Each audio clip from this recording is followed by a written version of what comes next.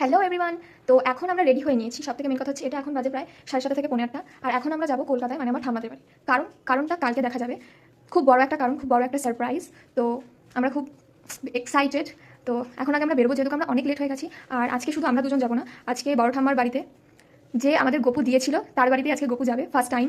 এখনো পর্যন্ত একবারও যায়নি, প্রচুরবার বলেছে বড় ঠাম্মা, তাও আমি নিয়ে যেতে পারিনি। তো এবারে ঠিক করা আছে যে গপুকে আমাদের সাথে নিয়ে যাওয়া হবে। তো এখন আমরা রেডি হয়ে নিয়েছি। তো মা গপুকে গুছিয়ে দেন কিন্তু আমরা বেরিয়ে যাবো। তো চলো বেরিয়ে গিয়ে তোমাদের সাথে দেখা হবে।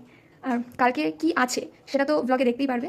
তো চলো আগে বেরোনো যাক, যেহেতু অনেক লেট হয়ে গেছে। তো লেটস গো, বাই বাই। করে চলবি, তোর যে শেপটা আছে সেই শেপটা থাকবে, শুধু ট্রেনের কালারটা চেঞ্জ করবি। ধর এইটাও চেঞ্জ করবি।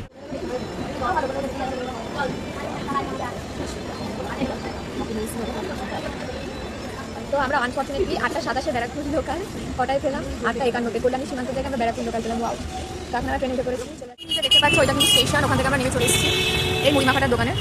এখানে দার্জিলিংয়ে একটা মুড়ি মাখা হয়, আর সব ধরনের তোমার ভাজা মশলা টশলা পাওয়া যায়।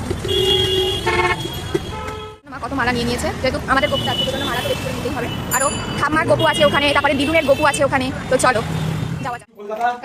গতলু, এই গতলু, আমাদের সাথে আজকে অতিথি এসেছে। আমাদের সাথে আজকে অতিথি এসেছে। কি রে, তুই কি চিনতে পারছিস? বল হ্যালো, হাউ আর ইউ। তো আমরা এখন গতলুর সাথে খেলা করছি, তারপর আমরা ঘুমিয়ে পড়বো। কালকে সকালে তোমাদের সাথে দেখা হবে। বাই বলো, বাই করতে বলো, বাই বাই, ইয়ে।